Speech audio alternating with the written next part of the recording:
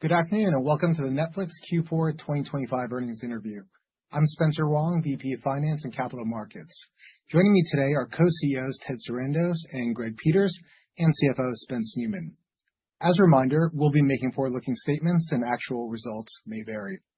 We'll now take questions submitted by the analyst community, and we'll begin first with questions about our results and forecast. The first question comes from Robert Fishman of MoffettNathanson, who asked, the Wall Street Journal report last year discussed an internal memo with long-term goals to double revenue and triple profits. Without commenting on those specific targets, about 9 months later, is there anything you have seen in the core business to reevaluate the speed of growth over the next few years? And can you clarify if those targets included any M&A? Sure. We find it useful to talk internally about our long-term aspirations, which, as we said at the time that this was reported last year, aren't the same as a forecast. But having said that, those goals were based on organic progress. They did not contemplate or assume any M&A because we didn't have any M&A on sort of our horizon at the time.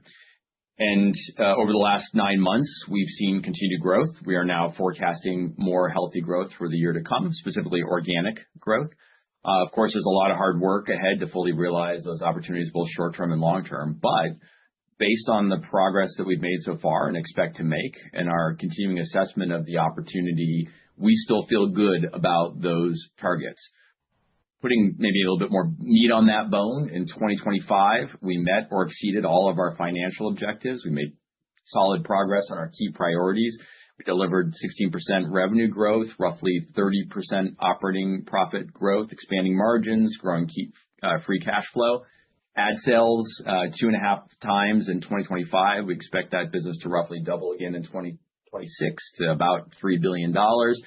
So we're making good progress, and the opportunity ahead of us is massive. We are still under 10% of TV time in all major markets which we compete. We've got hundreds of millions of households around the world still to sign up.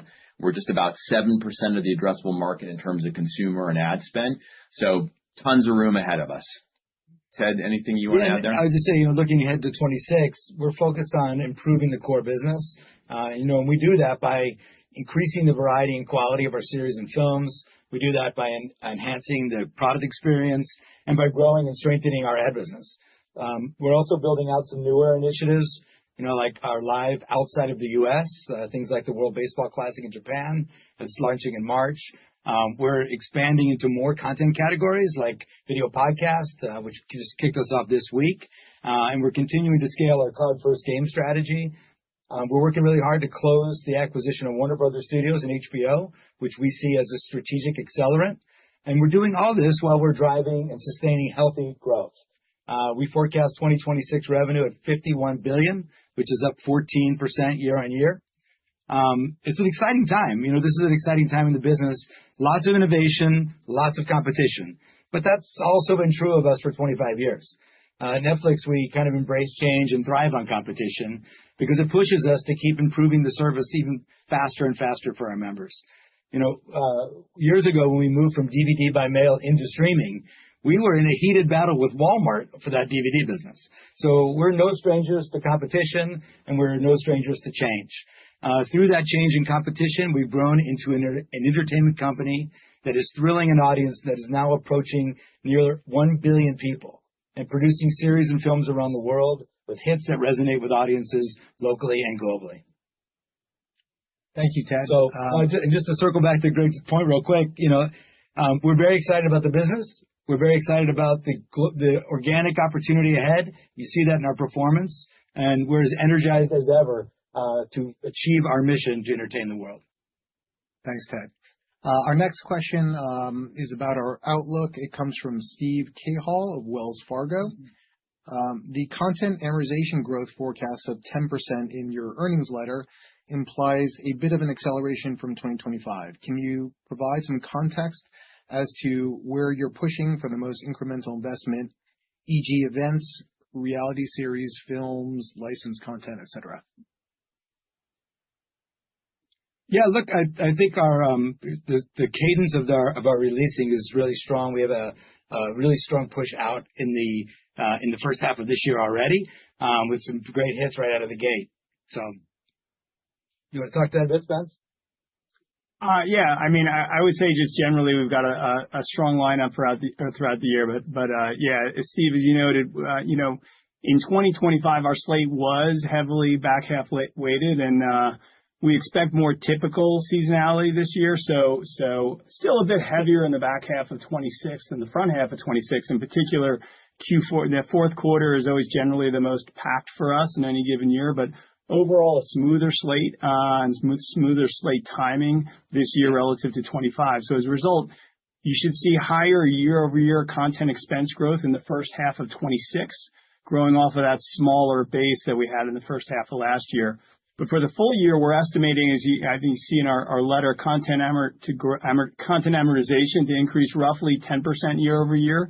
Our content cash to expense ratio should hold pretty steady at about the 1.1x ratio that we've been managing to the last few years. So it's no change in our approach. We aim to grow content spend slower than revenue so that it contributes to our margin expansion while strengthening, expanding that entertainment offering, as you heard from Greg and Ted, across not just our core film and series, but it kind of expanding into more content formats. Yeah, let me tell you what that weighting looks like to the members too, what you just talked about, Spence. But in the first half of this year, we said we'd come out of the gate with some great hits. People We Meet on Vacation, The Rip, His and Hers. A New Year's Eve release of Stranger Things finale is still crushing. We've got Bridgerton season 4 that's coming up later this month and next month. So you see that we're really excited about the 26 slate, both H1 and H2. We've already mentioned the Bridgerton return, but we also have a return of One Piece season 2, third season of The Night Agent, second season of Beef, 100 Years of Solitude from Colombia back for a second season. We've got Avatar: Last Airbender. We've got Emmy, Golden Globe, and SAG Actor nomination for Diplomat season 4 back again for a new season. Tires season 3, and the series finale of Outer Banks. That's like the returning stuff. For new things, we're really excited about Something Very Bad and The Burrows, both new series from the Duffer Brothers following up Stranger Things. Pride and Prejudice from the UK, Man on Fire, Can This Love Be Translated, just launched from Korea. It looks like it's going to be another really nice hit for K-drama lovers. I mentioned some of our early films, but we've got People We Meet on Vacation and The Rip with Ben Affleck and Matt Damon. That's already off to a great start. Still looking forward to Peaky Blinders, Immortal Man from Cillian Murphy. We've got Greta Gerwig's Narnia. We've got Apex with Charlize Theron. We've got Denzel Washington and Robert Pattinson in a great heist caper, Here Comes the Flood. And we've got a bunch of surprises upcoming too for 26. So. Thanks, Ted. Thanks, Spence. That's a good segue into our next question on the outlook from John Blackledge of TD Cowen. For your 2026 guidance, can you walk through the key drivers of the top line revenue range, which was above consensus at the midpoint? And for the operating margin guidance of 31.5%, can you talk about the puts and takes to that guidance, and any other color would be great. Yeah, sure, John. I'll take this one. So we've got strong growth outlook. As you heard from Greg and Ted, we feel great about our organic growth outlook. I hope you see that on our top and bottom line guide. So on the revenue side for 2026, key drivers are similar to 25. So it's membership growth, it's pricing, and it's a rough doubling of our ad revenue in 2026 to about $3 billion. So a bit more relative contribution from ads as we're scaling that business. And so we feel great about that, and we feel great about our operating profit growth and margin growth too. We're targeting 31.5% operating margins for 2026. That's up 2 points. So no change to our approach there. We set margin targets. So when you think about the puts and takes, we're always balancing the investment into our core business to drive sustained revenue growth with spend discipline. And we aim to grow our margins each year. That rate of that year-over-year growth, it bounces around a bit based on investment opportunities and other considerations in a given year. If you look back over the last handful of years, we've expanded our operating margins about 2 percentage points annually on average. This guide at 2 percentage points, that actually includes about a 0.5 percentage point drag from the expected M&A expenses that we referenced in the letter. So if you exclude that, we're guiding to about 2.5 points of margin expansion. So very much in line with what we've been delivering. And this year in particular, again, getting back to the puts and takes, we're seeing a number of attractive investment opportunities to strengthen and expand our entertainment offering and our product and commerce capabilities.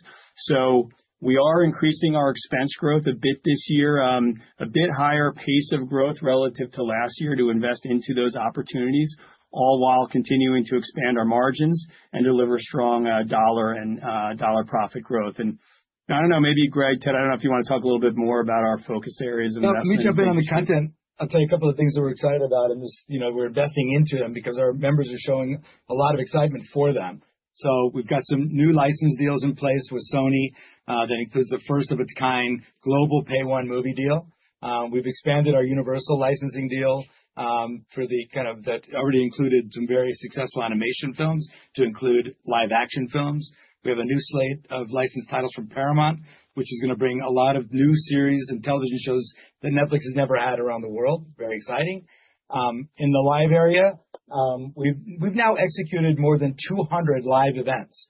And we're expanding to do more now outside of the U.S., including World Baseball Classic in Japan. I mentioned that in March. And this Friday, we have Skyscraper Live, which is going to be an edge-of-your-seat TV experience for sure. So more to come there. And we just kicked off podcast this quarter, which has been exciting. We've launched new ones from Spotify and The Ringer, iHeartMedia, Barstool. We have a lot more to come, and some new originals. So these are all areas that have shown great promise. Members love them, and we're excited to broaden the investment to include them. Greg, you want to jump in there too? Yeah, I'd say on top of content, we got a number of other areas that we expect will drive meaningful growth and returns. On the tech and dev side, we're continuing to build out that ad tech stack. We're evolving our mobile UI. We're adding 2 more live operation centers in 26. One is going to be in UK and one in Asia to support the growth of our live efforts outside the US. And ads beyond the tech side, we continue to invest in more sales, more go-to-market capabilities. That's a direct driver of advertising growth. On games, we are going to continue to invest in the cloud-first gaming strategy that we've added. That this makes TV games more accessible by rolling out cloud games to more customers in more countries. And if you take all of that, sort of stepping back within the margin expansion model that Spence described, which keeps us disciplined on returning to shareholders as we invest in new growth, we also think about investing across our portfolio based on demonstrated capability to translate those investments into value for members and returns for the business. We've got a solid track record of doing that in our core content category, so we're going to continue to grow there. We're also increasingly confident about our ability to do that in ads and live, where the 200 live events that Ted mentioned, indicates that we should ramp and grow in those areas. And then for our other initiatives, those represent a small fraction of our overall investment. And we always remain very disciplined and measured in increasing those investments based on demonstrating that we can deliver member value, we can translate that investment into member value and move the business forward. Thanks, Greg. Thanks, Ted. Thanks, Spence, for that fulsome response. I'll move us along now to a few questions around engagement. The first comes from Rich Greenfield of Lightshed Partners. At this stage of Netflix's maturity, how directly tied is engagement to churn and pricing power as you started talking more openly about how all hours of engagement are not the same? So viewing hours, that's a really important factor in assessing the value that we deliver to customers. And value delivered is what drives the outcomes that you mentioned, Rich, and really it drives most outcomes that we care about. But it's just one of many metrics that we look at, and we continue to develop an increasing understanding of how to measure that value delivered. So maybe start by just noting that total view hours in the second half of 25 grew 2% year on year. That's 1.5 billion additional hours. Slight acceleration from the 1% growth we saw in the first half of 25. But even with that number, there's some nuance underneath that. So viewing of our branded originals was actually up 9% year over year in the second half versus 7% in the first half. That represents roughly half of our overall viewing. But viewing on the second run titles was lower year over year because the volume of licensed titles that we're carrying came down across most regions. And that's due largely to the fact that we stepped up our licensing in 23 and 24 during the strikes, which had shut down new productions. So that's balancing out that volume right now. But beyond view hours then, as you stated, all hours of engagement are not the same. And we really care about the quality of that engagement. For example, we said in the letter, live programming is an example where, any given hour of entertainment has the potential to deliver outsized value. That's certainly also the case when you have a huge fan of a particular series or a movie. And we, as viewers, we feel this intuitively, right? We feel that excitement, that difference, that value when we watch something that we've been anticipating and we just can't wait to watch. And as a business, we've become increasingly sophisticated, evolving our measures of that quality of engagement that we're delivering. It's very hard to do this, but we're getting better and better at it. And our primary quality metric, we achieved in 25 an all-time high for the service. We set a high goal for that metric, and Bella and our content team stepped up and achieved that goal. That means that we deliver more entertainment value for our members, and that shows up in core metrics like acquisition, like retention. And retention's among the best in the industry, and we just completed a quarter where churn improved year on year. Customer satisfaction is at an all-time high. We also saw strong member growth. So we really, manage more and more towards that complete understanding of value delivered because it's really what translates best and directly to revenue growth, and it better captures the overall health of our business. Yeah, I would just add, Greg, if you don't mind, of course we look at the view hours, Rich, but we also look at a myriad of other signals to assess how our members are engaging and how important do they value that engagement. So, members have different value for different types of programming. In the letter, we talked about the fandom for K-pop and for Stranger Things Season 5, and how fandom is such a powerful engine for our business because it creates advocates for Netflix, valuable even beyond the 10 hours spent watching Stranger Things or the hour 39 spent watching K-pop Demon Hunters. So we're really super confident we're going to continue to grow engagement, but more importantly, the value of that engagement as well, because that's what allows us to sustain healthy revenue growth in the long term. Thanks, Ted. Our next question on engagement comes from Ben Swinburne of Morgan Stanley. The engagement report gives us a sense of aggregate engagement across all titles and all members. Arguably, it's an overly simplified lens with which to view the health of the business, but one that suggests to some that the WB acquisition reflects a need for Warner and HBO's IP to address stagnant engagement levels on Netflix today. Why is that the wrong conclusion, and how do you see the underlying engagement trends in the business? Very succinct bear case from Ben Swinburne. Over to Ted or Greg. Yeah, so I'll take this one. So you're right, Ben, and as we sort of got to a little bit in the previous answer, total view hours by itself, it's an overly simplified view into engagement and engagement trends. And why is that? It's because view hours is basically a very broad metric. It's influenced by a lot of things. It's, you've got plan mix, tenure mix, geography, culture differences are a big factor. Just as one example, take consumers in Japan. They watch roughly a half to 2/3 the amount of TV as American consumers. So as you have more member growth in places like Japan, and there are a lot of places like that, and frankly, where we have more, upside and more potential growth over the years to come, that skews the view hours per member. So we look at engagement at a portfolio level. View hours is one element of that, but we also look to those quality metrics that we were talking about. And as we said, we see improving quality translates into core metrics like better retention. And, just to reiterate, our retention's among the best in the industry. Customer sat at an all-time high. And those are more complete, or maybe better said, those are outcome measures that we really, really focus on. So we have multiple tools to keep improving those measures and the value that we deliver. More and better production, back to pushing on the quality scores and how do we improve that. More licensing, more partnerships with local creative communities, with local broadcasters around the world. That improves local content market fit. We're very optimistic about our organic growth prospects. And as you see from our forecast, as well as maybe the aspirational goals that were referenced before, which don't include any M&A, we see huge opportunity to keep improving things there. But we also see Warner Brothers with 100 years of IP, an incredible library, great new shows and films. That's an accelerant to our strategy, and it's another mechanism to improve our offering for our members. So our job is to identify the best opportunities to improve that offering, both organic and through selected M&A, and always remain flexible and disciplined in pursuing those opportunities. Thank you, Greg. Since Ben brought up Warner Brothers, I'll shift us to a few questions on the Warner Brothers acquisition. First, from Mike Morris of Guggenheim. Does your planned acquisition of WB impact your approach to pricing the near to intermediate term?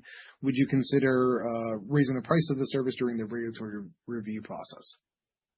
There is no impact or change to our approach and how we're running the business in that regard. Great. Next one comes from Rich Greenfield of Lightshed Partners. What surprised you most from the Warner Brothers due diligence? Greg, you in particular sounded less enthusiastic about major M&A back at the Bloomberg Screen Time Conference in October. As you went through the due diligence process, what got you more excited about the acquisition?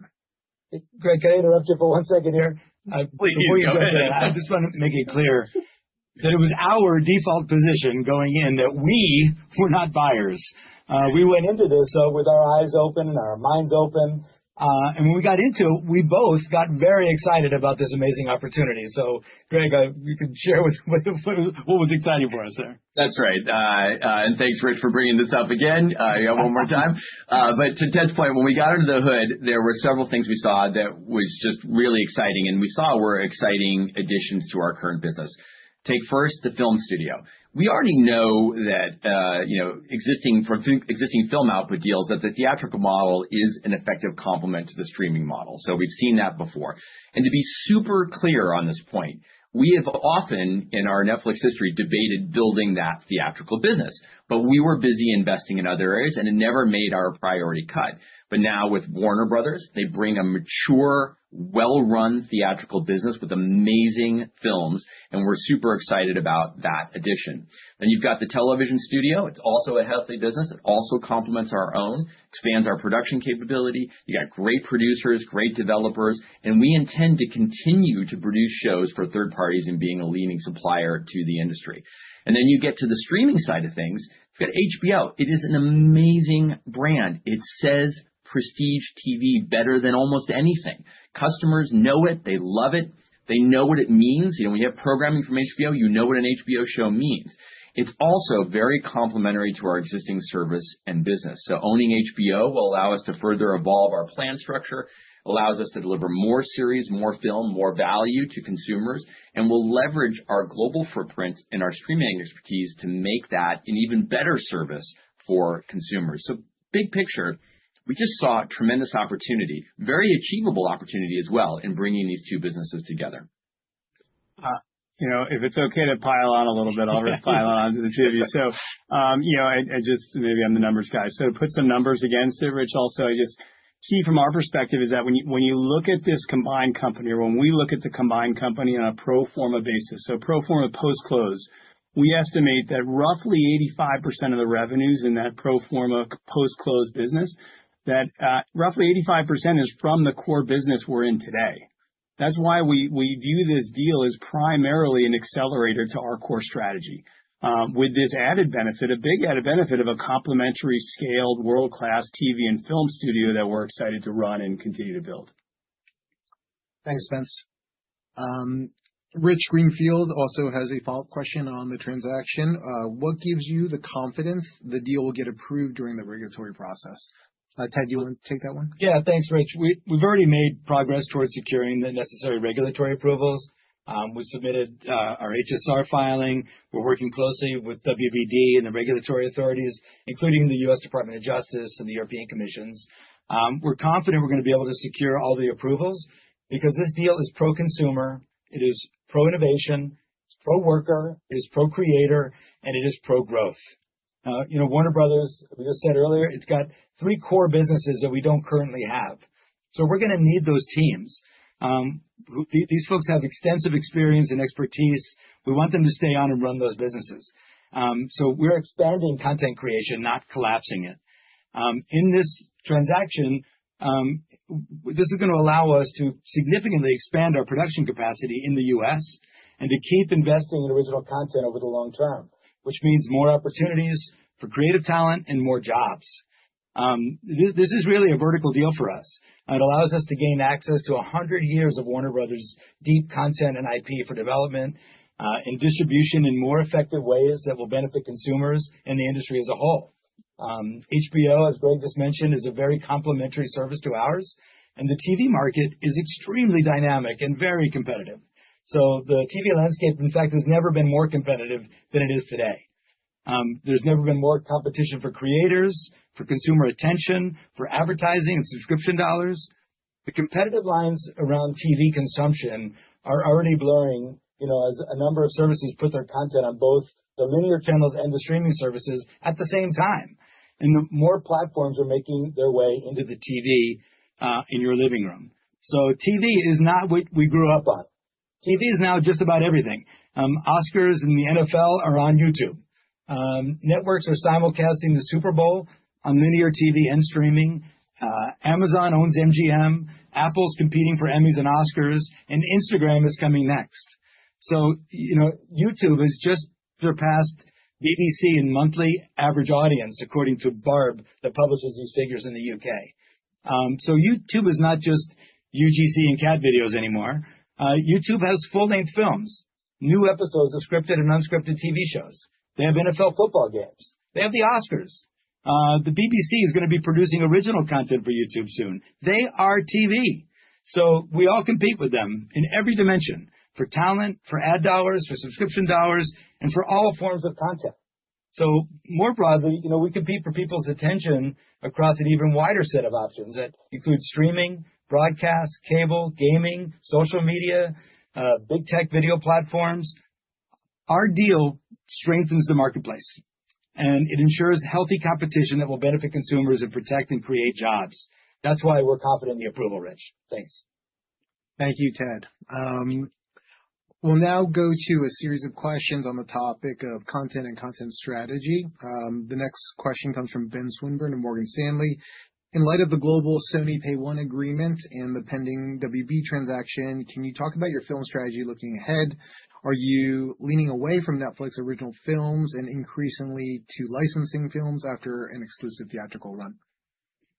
Thanks, Ben. No, there's no change to that approach. Dan Lin and his team are going to continue to produce a slate of Netflix original films, and we'll also continue to license films in every available window as well. Our members love movies, and taste and diverse are very broad. Appetites are huge, so we want to have a broad as offering as possible. Great.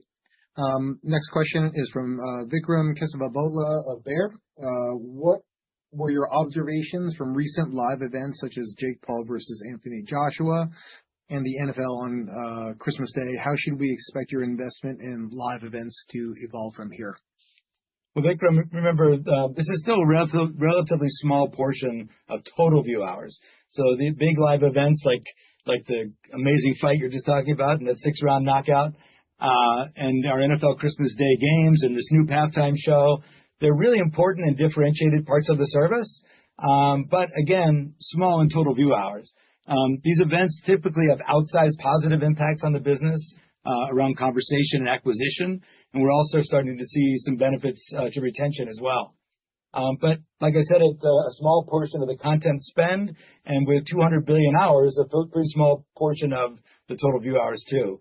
But we remain really excited about it, and that's why we're building out and strengthening that offer with things like Star Search premiering globally tonight with live voting. And we're beginning to invest in more events outside of the U.S., like I mentioned, the World Baseball Classic in Japan, for local markets. Thanks, Ted. Another question from Vikram Kesavabotla. What types of podcasts do you think will be most effective on the platform? And what are your initial observations from the launches this past month? Well, it's still very, very early, but we're super pleased by the early results that we're seeing. We think about video podcasts like a modern talk show, but instead of having a single brand-defining show, you have hundreds of them. So it's a broad offering versus a single broad show or format.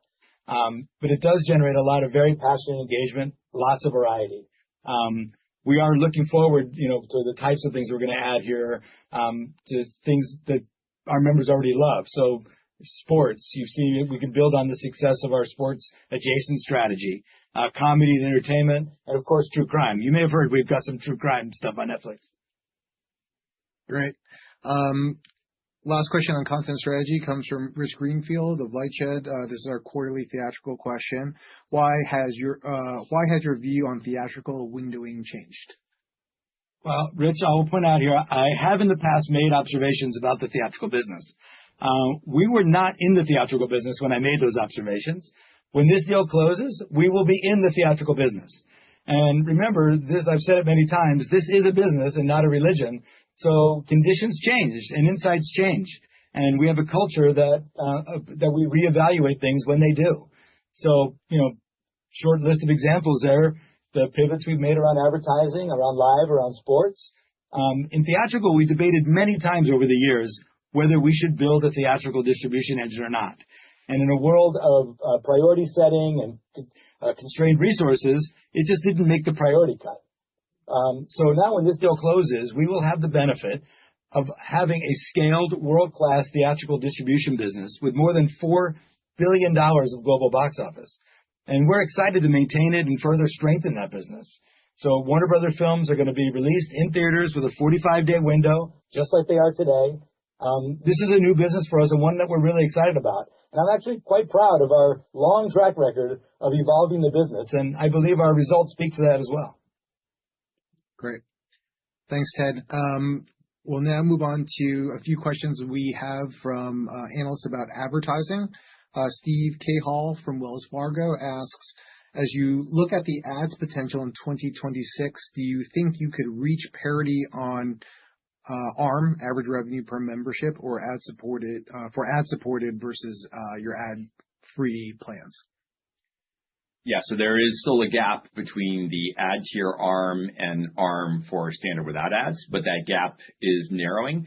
And because there's a gap, it means we're under realizing revenue growth in the near time. It also, therefore, represents an opportunity for us. So as we improve our ads capabilities, we can close that gap over time. We can drive more revenue. We've seen exactly that ability to do that over the last year. So we've expanded demand sources. We continue to improve our speed of execution on our own ad tech stack. That's more ad features, ads products, more measurement, et cetera. That means, increased fill rates, and that's driven ads ARM higher. So now that we've grown to relevant scale, meaning consumer reach in all our ads countries, our main focus is on increasing the monetization of that growing inventory. It's likely to remain our focus for, at least the next several years. So we believe we can, close that gap, and that means, upside in terms of ad revenue growth. Thanks, Greg. As a follow-up from Ben Swinburne, as you head into your second year with your own ad tech build out across the 12 ad markets, what's the opportunity to drive revenues? Can you maintain your premium CPMs and still meaningfully increase fill rate in the year ahead to deliver another rough doubling of advertising revenue?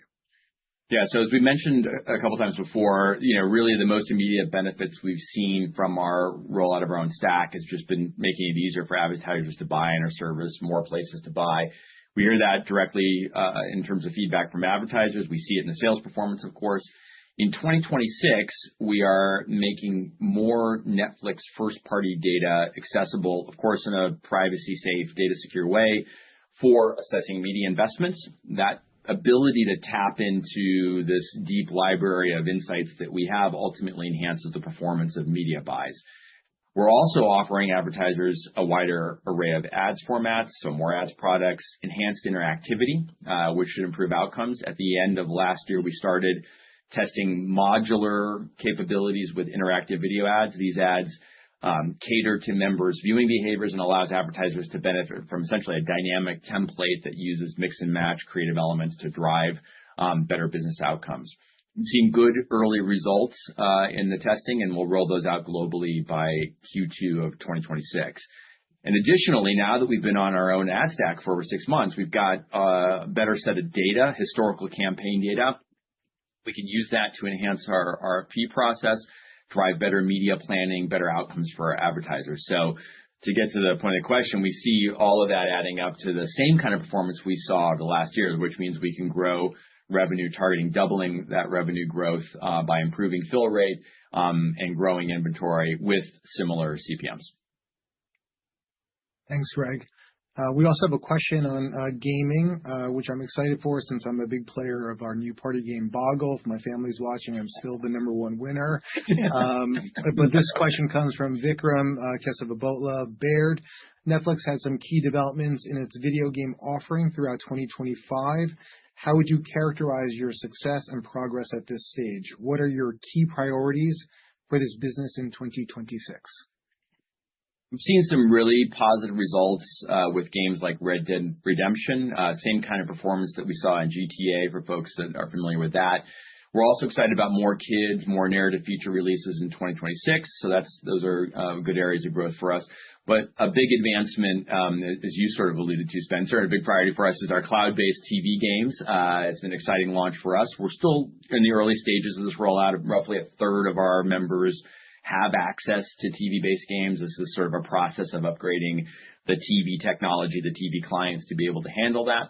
And recently with our party games on TV, Boggle, as you mentioned, Pictionary, Lego party games like that, we've seen, really strong uptake. So it's off a small base because think about 10% reach into those eligible members. But our TV-based games have enjoyed quite a significant engagement uptick after that party pack launch. And then in 2026, this year, we're going to be expanding that cloud-first strategy.